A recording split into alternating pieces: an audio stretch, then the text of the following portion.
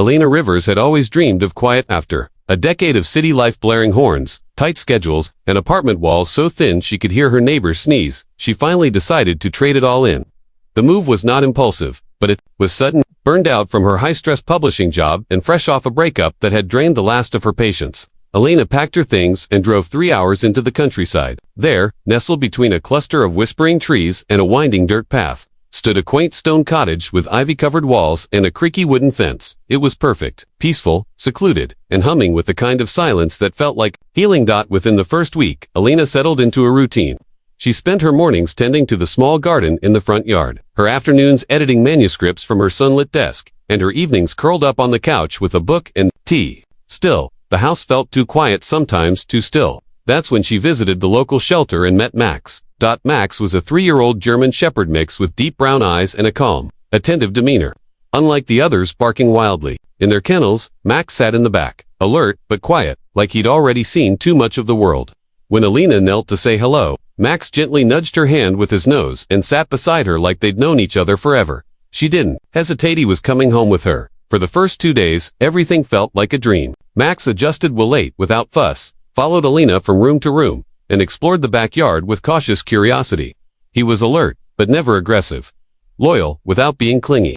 On the third night, Alina gave him a soft bed at the foot of her own, turned off the light, and crawled under the covers. That's when it started. At first, she heard a low growl, a quiet, almost questioning rumble from the floor near her bed. She lifted her head from the pillow and whispered, "Max." The growl stopped, but then came the sound of claws against wood, scratching, deliberate, angry. She reached down and gently called his name again. He was pacing now, circling her bed with slow, tense movements.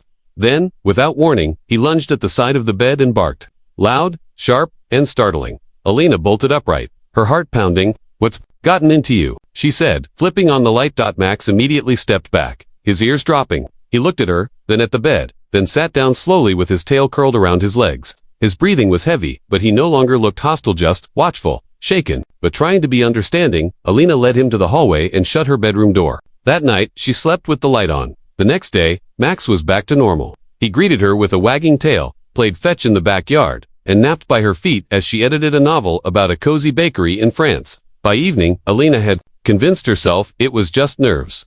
Maybe he'd had a bad dream. Maybe the new environment had triggered something. That night, she gave it another try. Same setup. Max at the foot of the bed, lights off, doors locked, silence. At first, all was calm. Then, just after midnight, it happened again. This time it was more intense. Max growled louder, lunged at the same spot near the lower corner of the bed, and scratched furiously, as if trying to dig something out. Alina sat up, turned the light on, and called his name firmly. He paused, staring at her with an expression she couldn't quite read. Alert, maybe anxious, but not out of control. Again, when the light came on, he stopped. This time, though, he refused to lie back down. Instead, he sat near the bed, rigid and awake, staring at that one spot like he was guarding it. Something in her gut whispered, this wasn't just nervous behavior. This was something else. And for the first time since moving in, Alina realized her perfect new start might be hiding a mystery she hadn't bargained for. The following morning, Alina awoke groggy and unsettled. She hadn't slept more than a few hours after Max's midnight episode. As the sun filtered through the curtains, the house regained its usual peaceful charm, but the unease lingered like a faint echo in the walls. Max greeted her with his usual wagging tail and gentle eyes, showing no sign of the fierce behavior from the night before. It was like the transformation had never happened.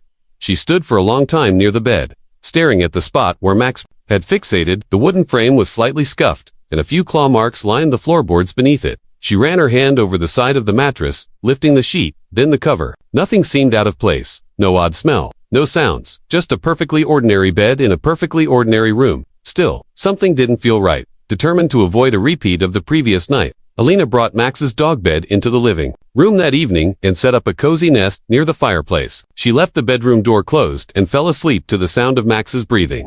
Steady and calm, just a few feet away. At 12:36 a.m., the scratching began again. Only this time, it was at her door. Alina sat up, heart racing. Max's growls came through the door, low and insistent. Then came the barking. Not wild, but purposeful.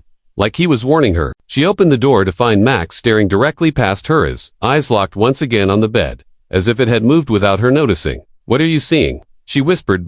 Max didn't enter the room.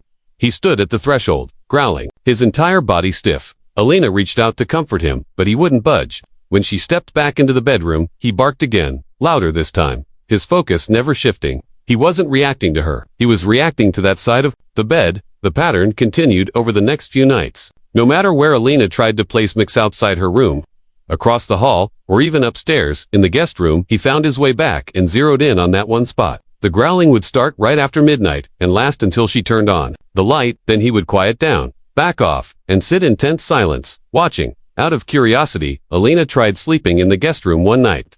Max curled up on the rug, relaxed and silent. He slept through the night. She didn't hear a single bark. The contrast was impossible to ignore. The next day, Alina invited her friend Joanna over for a second opinion. Joanna was a practical-minded person, a nurse with little time for superstition. She listened patiently, as Alina explained Max's behavior, then followed her into the bedroom with raised eyebrows. "It's probably just a scent," Joanna suggested, kneeling near the bed. "Maybe the previous owner spilled something. Dogs remember smells we can't even register." They inspected everything: mattress, floorboards, headboard. Nothing stood out. "Well, you could always call a dog trainer. Or a priest," Joanna joked with a nudge. Alina smiled politely, but her unease didn't go away. Max sat in the hallway, watching them closely, ears perked and eyes alert. That night, Alina left the door slightly ajar and placed her phone on the dresser, camera pointed toward the bed. If Max was seeing something she couldn't, maybe the footage would help her understand. At exactly 12:17 a.m., Max entered the room. His ears twitched as he stepped closer to the bed. Then, with sudden urgency, he lunged, pawing, barking, digging at the same corner. Alina, already half awake, rushed to turn on the light. Max froze instantly, breathing hard, then stepped away as if nothing had happened. Alina sat on the edge of the bed, stroking his head gently. He leaned into her touch, still watching the same spot. In the morning, she reviewed the footage. There was no shadow, no flicker of movement, just Max, seemingly reacting to nothing but with the conviction of a soldier on duty. Whatever was happening, Alina knew one thing for sure now. Max wasn't imagining it, and maybe she wasn't either. By the third week, Alina had reached her limit. Every night followed the same rhythm: calm evenings, a tense build-up, and Max's midnight outbursts. It wasn't just inconvenient, it was unsettling. She no longer slept properly. Her thoughts were constantly occupied with theories, possibilities, and what-ifs. Was there something in the bed itself? Was Max sensing something supernatural, or was there a logical explanation hidden just beneath the surface? She decided it was time to bring in professional help. The first step was the vet. Alina wanted to rule out any medical cause, just in case Max's behavior was rooted in discomfort or some kind of neurological trigger. But after a full examination, blood work, and an overnight observation, the vet gave her a clear answer. "Max is in great shape," the vet said. "Heart strong, eyes and hearing are excellent. No signs of anxiety or cognitive issues. Whatever he's reacting to, it's not coming from inside him." That left only outside possibilities. Next, she called in a dog behaviorist named Rachel, warm, confident woman in her 40s who had worked with dogs of all temperaments, from traumatized rescues to police canine South. Rachel arrived with treats, toys, and a calm demeanor Max seemed to respect immediately. They spent the day together, with Rachel observing Max in different parts of the house. "He's very attentive," Rachel noted. "Extremely bonded to you. Protective, but not aggressive. He's also tuned in to small environmental changes. Some dogs pick up on things we'd never notice." When Alina described the midnight episodes, Rachel grew thoughtful. "If it happens like clockwork and always in the same spot," she said slowly, "it could be a learned response, or it could be that something specific in that area is triggering him. It doesn't have to be something obvious. Dogs can hear things inside walls. They can smell decades-old traces of chemicals, mold, or even blood." That last word sent a shiver down Alina's spine. Rachel brought out a thermal scanner and checked the floor, walls, and bed frame. No strange heat signatures, no evidence of small animals in the walls. Just a slightly colder patch near the lower left leg of the bed frame. She tapped the wood there, frowning slightly. The sound was off. Hollow, like something was behind it. "Could be nothing," she said, "but if I were you, I'd take a closer look at this piece." After Rachel left, Alina sat on the floor with a flashlight and screwdriver. She removed the mattress and pushed the frame away from the wall. The bed was vintage sturdy oak with carved details, but one of the wooden support planks near the footboard looked newer than the rest, as though it had been replaced. She knelt beside it and tapped gently. The hollow sound was still there, with slow, steady hands. Alina loosened the screws and lifted the plank. Nothing jumped out. No creatures, no mold. But something caught her eye. A faint, almost imperceptible line ran across the inner side of the headboard, like a seam. Not decorative, not part of the design. She pressed her fingers against it and felt a soft click. A small square panel popped open. Inside was a shallow compartment. no bigger than a jewelry box. Dust coated the edges, and the wood had aged unevenly. Resting at the bottom was a single object, a worn, folded photograph. Alina picked it up carefully, unfolding it like it might disintegrate. The photo showed a man in his 60s with white hair, sitting on a porch and holding a baby wrapped in a blanket. The man's smile was proud, loving. On the back, written, in shaky pen, were 3 initials. TD. Alina sat frozen, the photo trembling in her hands. She hadn't been told much about the previous owner, only that he was elderly and had passed away quietly, and the property had sat empty for a long time afterward. Now she wondered what else had been left behind, or who. Max stepped forward, sniffed the headboard, and sat beside her. No growling this time, just silence and watchfulness. That night, Alina didn't sleep in the bed. She couldn't, not until she knew the full story. Alina couldn't stop staring at the photograph. She left it on her desk, right next to her laptop, where the man's gentle smile seemed to follow her every time she passed by. The initials on the back T decode in her thoughts like a code she needed to crack. The photo wasn't there by accident. Someone had hidden it for a reason. That night, Max didn't bark. Instead, he sat near the bed, calm but alert, as if waiting for something. Alina didn't sleep there. She stayed on the couch, but left a voice recorder and her phone's camera running in the bedroom. In the morning, when she checked the footage, she found nothing unusual, no sounds, no movement. Max had simply sat by the foot of the bed all night, watching. Her next step was the local town records office. It was a small brick building tucked behind the post office, filled with dusty shelves and oversized filing drawers. The clerk on duty, a cheerful man named Gordon, was happy to help. Once Alina explained she had moved into the old cottage on East Briar Lane. That must have been Mr. Daly's place, Gordon said, pulling out a file. Thomas Daly. Lived there over 30 years, passed away about a decade ago. Nice fellow, but kept to himself in his later years. Alina felt her pulse quicken. Do you know if he had any family? Gordon nodded. Wife passed before him. They had a son, I believe, and a grandson. But there was some kind of trouble. Years back, social services got involved. After that, we didn't hear much. Mr. Daly got quieter. He handed her a thin envelope of public documents, tax forms, property records, and a single scanned obituary. It confirmed the name Thomas Daly. No mention of the grandson, just a simple line. He is survived by distant relatives. Back at home, Alina sat on the edge of her couch, the file spread out in front of her, her thoughts circling like a storm. What kind of trouble had driven the family apart? And why would Mr. Daly hide a photo in the bedframe? That night, unable to shake her curiosity, she returned to the bedroom with a flashlight and a screwdriver. She wasn't just looking now, she was determined. She tapped her fingers along the wooden slats, feeling for uneven surfaces, strange textures, anything out of place. Eventually, near the lower footboard leg, she found a small section of wood with a different grain. It looked newer, subtly sanded and sealed over. It took a bit of prying, but soon she discovered a second hidden panel smaller than the first. Inside was a bundle of folded papers wrapped in an old linen handkerchief. Her hands trembled as she unwrapped it. The contents weren't dramatic. No money, no keys, no newspaper clippings. Just a few faded photos, a delicate silver locket with the initials TD etched into the front, and a handwritten letter. The paper was thin, yellowed at the edges, and the ink had faded in places. But the handwriting was still legible. It was dated 12 years earlier. To whoever finds this. It began, I'm sorry for what you've seen. I never meant to leave things this way. My grandson was taken from me. They said I wasn't fit, but they didn't understand. I tried to get him back. I kept his things close so he'd know I never gave up. If he ever comes here, I want him to find these. I want him to know I loved him, even if the world made it impossible to say so out loud. The letter was signed, Thomas Daly. Alina sat back against the wall, heart pounding, the letter still in her lap. The room felt heavier, now not darker, not colder, just full of presence, as if the quiet in the house had finally been given a voice. Max stepped into the room and lay beside her, resting his head on her foot. His eyes were calm, the tension that had gripped him for weeks was gone. He wasn't barking anymore, because he didn't need to. The secret had been found. But for Alina, the mystery was just beginning. Somewhere out there, a man named Timothy Daly T.D. had lived through a story that had never been finished, and now, maybe, she had the chance to help him turn the page. Alina couldn't stop reading the letter. Every word clung to her thoughts, replaying over and over like a forgotten melody finally remembered. She placed it gently beside the silver locket on the coffee table, then sat cross-legged on the floor, with Max lying nearby, his head resting on his paws. The house, once filled with tension and mystery, had taken on a different weight, one of quiet sorrow. Max had sensed it all along. The confusion, the unfinished story, the emotion buried under old wood and dust.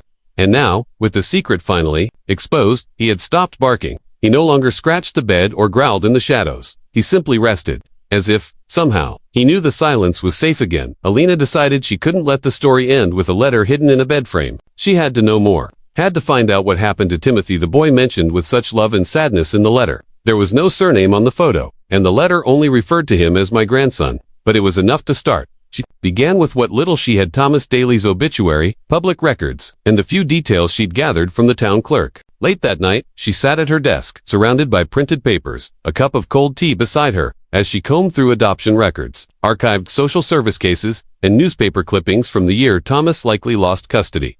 Hours passed. Her eyes grew tired. But then something. A foster placement record for a child named Timothy Daly, aged 6, dated around 12 years ago. The notes were brief but heartbreaking. Placed into emergency foster care due to guardianship concerns. Guardian listed as Thomas Daly. Case closed with finalized adoption in neighboring county 2 years later. Her fingers froze over the keyboard. There it was. She followed the trail into that county's public education records and cross-referenced the name. A few matches appeared, but one stood out: Timothy Crane, a high school teacher now living just an hour away. The surname was different, likely from his adoptive family. But the photo that came with the faculty listing made Elena's heart skip. The man had kind eyes, dark hair, and a quiet confidence. And when she compared it to the baby in the photo Thomas had hidden, the resemblance was subtle but real. It had to be him. She spent the next 2 days thinking about how to reach out. A phone call felt too intrusive. A visit, even more so. So she wrote a letter, simple, respectful, and honest. She introduced herself and explained she had recently moved into a home that once belonged to a man named Thomas Daly. She wrote about finding the photograph, the locket, and the letter, how she believed they were meant for him. She didn't mention the barking or the bed. That part, she felt, could wait. She included a copy of the letter and her contact details. Then sealed the envelope with a mix of hope and anxiety. At the last moment, she added a note. If I'm wrong, I apologize. But something tells me I'm not. 3 days later, she received a reply. The envelope arrived in the morning mail. Her hands trembled slightly as she opened it. The letter inside was short but careful, thoughtful in its simplicity. Dear Alina, I don't know what made you look for me, but I'm grateful you did. I knew my grandfather's name, but I never knew the full story. I've lived most of my life believing he didn't want me or couldn't find me. I was told to forget him. But the letter you sent, that was something I never expected to see. I'd like to meet. If you're comfortable, I'd like to visit the house. I feel like I need to. Maybe it's time I see where it all began. Sincerely, Timothy Crane. Alina sat in stunned silence, the letter resting in her lap. Max, as if sensing her emotion, came and placed his head gently on her knee. It was happening. The pieces were coming together. A life that had once been torn apart was slowly being stitched back with the help of a stranger. A hidden letter and a dog who refused to let the truth stay buried. The morning Timothy was due to arrive. Alina woke up earlier than usual. There was a strange stillness in the house. No barking, no scratching, just the soft rhythm of Max's tail thumping the floor as she moved about. It felt like the house knew something was coming. Alina tidied the living room, cleared the coffee table of paperwork, and lit a candle that smelled faintly of cedar and honey. The bedroom remained untouched, exactly as it had been the night she found the letter. At 11:04 a.m. The doorbell rang. Max was already at the front door, alert but not aggressive. His ears were up, his tail still, his whole body poised like he'd been waiting for this moment. Alina walked over, took a deep breath, and opened the door. There stood Timothy Crane.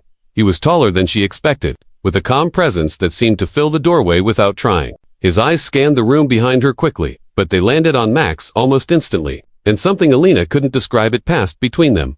Hi, he said quietly. You must be Alina. She nodded, stepping aside to let him in. And you must be Timothy. Timothy smiled politely, but there was something in his expression, restraint, maybe, like he was carrying a backpack of emotions he hadn't unpacked in years. Max stepped forward slowly, not barking, not growling, just walking up to Timothy and sitting right in front of him. He looked up and tilted his head. Timothy knelt down and gently held out his hand. Hey there, he whispered. You're the one who started all this, huh? Max licked his palm once, then sat back again, peaceful, watchful. Alina led Timothy to the kitchen and poured them both some tea. They spoke in cautious tones at first, about the town, the weather, what led her to the house. Then, slowly, the conversation drifted where it was always meant to go. I didn't really know him, Timothy said, staring at his cup. My grandfather, I mean. I have a vague memory of his voice, and he had this little tin box with old marbles in it. I remember that clearly, but I was taken into care when I was 6. They said it was temporary, that he was old, that he couldn't keep up with me. I waited for months for him to visit. Alina didn't speak, she just listened. When I was adopted, he continued, they told me it was best to let go. My new parents were kind, but there was always this empty space. And now, knowing he kept things photos, the locket, even wrote that letter. His voice cracked slightly, and he cleared his throat. I just wish I'd known. Alina reached into a small wooden box on the table and gently handed him the original photograph and the silver locket. He hid them in the bed, she said. Both compartments were sealed. Max, he wouldn't stop barking at it. I think he was trying to tell me something was there. Timothy turned the locket in his hands and opened it carefully. Inside was a miniature picture of him as a baby and a lock of what looked like fine, blonde hair. He stared at it for a long time. Can I see the room? Alina stood, of course. The bedroom felt different with Timothy standing in it. Max entered behind them and quietly laid down near the same spot he'd once guarded night after night. Timothy approached the bed slowly, running his fingers over the headboard, the frame, the floor beneath. He knelt down where the hidden panel had been and placed his hand over it. I don't remember this bed, he whispered, but it feels like I should. There was silence for a while. I think he was scared, Timothy said suddenly. Not just about losing me. Maybe scared that if he tried to fight for me, he'd fail. Or maybe he just didn't know how. Alina nodded slowly. But he tried. In his own way, Timothy looked at her. And you listened. Max let out a quiet breath and closed his eyes. That night, Alina offered the guest room. But Timothy asked if he could sleep in the room his grandfather once used. She agreed. For the first time in weeks, the house was silent. Not eerie, not tense, just quiet. Max slept through the night. And so did Timothy. Morning light poured through the bedroom window, brushing over the foot of the bed where Max lay curled up. He hadn't moved all night. No barking, no growling, just peace. When Alina walked past the doorway, she paused. Timothy was still sleeping, his head resting near the same pillow his grandfather had likely used for years. Something about it felt poetic, like two stories were overlapping in time, briefly touching, before continuing down separate roads. When he finally joined her at the kitchen table, Timothy looked rested but distant, like he had woken up from a dream he couldn't fully explain. I thought I'd have a nightmare, he admitted, pouring himself a cup of coffee. But I didn't. I just slept. Maybe that's what this house needed, Alina replied, to remember, instead of forget. They sat in silence for a few minutes, listening to the birds outside. The whole place felt different now, as though a curtain had lifted. The tension in the walls was gone. I keep thinking, Timothy said quietly, about what it would have been like if we hadn't been separated. I remember little things. The smell of his pipe, his old boots by the fireplace. I thought he gave up on me, you know, that he didn't want me anymore. I carried that around for years. Alina nodded slowly. He never stopped thinking about you. He hid those things so carefully. He probably didn't know if you'd ever come back, but he hoped you would. Timothy turned the locket in his hand again. It makes me wonder what kind of man does that. What kind of man saves every scrap of a memory but never says a word to anyone? A man who loved, but didn't know how to show it out loud, Alina said. Timothy looked over at Max, who was now sitting by the back door, watching a squirrel dart across the yard. That dog, he said, shaking his head with a faint smile. He wouldn't give up, would he? Alina smiled. He knew. I think he knew something was buried that needed to be found. Timothy asked if he could walk around the property. Alina handed him a light jacket and gave him space. From the kitchen window, she watched as he traced the perimeter of the garden, touched the old stone fence, and finally stopped beneath the tall oak tree that shaded the backyard. He stood there for several minutes, motionless, then looked up at the sky. When he returned, his eyes were clearer. I'm not sure what to do with all this, he said. I mean, what do you do with love that never had the chance to be spoken? Let it live through you, Alina said softly, and maybe you forgive it. That afternoon, they visited the small cemetery just a few miles outside of town. Thomas Daly's gravestone was simple, tucked near the back, beneath a patch of wild flowers. Timothy stood in front of it for a long time. He didn't speak at first, he didn't cry either, but his fingers brushed the cold stone as if he were reaching through it. I forgive you, he whispered, and I miss you, even if I never really knew you. When he placed the photo and the locket at the base of the stone, Max sat beside him without command, gazing quietly at the grave. That evening, back at the house, the three of them sat on the porch, Alina, Timothy, and Max, watching the sky melt into orange and gold. The breeze was soft, the air warm, the moment still. I think I'm going to come back here, Timothy said. Not forever, but often. This house feels like unfinished business, but not in a heavy way anymore, in a healing way. Alina smiled. It's your story too. Max let out a long sigh and laid his head in Timothy's lap. There was no more barking, no more warnings. Whatever message he had tried to deliver night after night had finally been received. And somewhere, in the quiet spaces of an old home filled with silence and memory, something long broken had finally been made whole. A week had passed since Timothy's visit, and the house hadn't felt so calm in years, or maybe ever. The silence that once carried an edge of unease now felt comforting. like the gentle hush of a story finally finding its last page. The bedroom remained unchanged, except now the bed seemed different somehow, not in appearance, but in energy. It no longer felt heavy or haunted. It felt whole. Max, once restless and on edge, had become the picture of contentment. He no longer paced the halls at night or barked at shadows. He slept deeply, often near the bed where everything had begun. As if his duty had been fulfilled, Alina spent her days in a steady rhythm, again editing manuscripts, walking Max through the winding country paths, and sitting on the porch during golden sunsets. But something within her had changed. She had come to the cottage for peace and escape, but she had found something much deeper. She had witnessed love buried in silence, grief disguised as stillness, and a reunion that had taken decades to find its way back. Timothy called her 2 days after leaving. His voice was lighter this time. "I've been thinking," he said. "I'd like to write something. Not a book or anything big. Just a short story. About him, about that house, about everything." Elena smiled as she stirred her tea. "You should. Stories like this aren't meant to stay hidden." He visited again the following weekend, this time bringing a small wooden box with him. Inside were old keepsakes from his childhood drawings, a small train toy, a worn-out comic book, things he had long forgotten, but had found again while digging through a storage unit his adoptive parents had kept untouched. "I think he would have liked to see these here," he said as he placed the items on a shelf in the study. "He kept his memories of me. Maybe it's time I keep mine of him." Together, they placed the original letter, the photo, and the locket inside a glass frame and hung it just above the old desk in the corner of the room. It wasn't a shrine.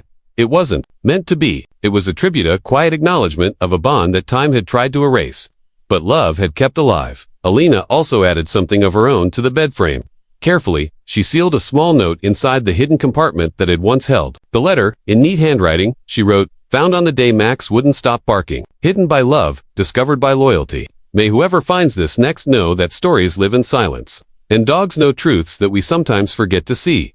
That was her way of closing the chapter, not forgetting it, but honoring it. Max watched her as she slid the panel shut, his ears perked and eyes alert, but his body relaxed.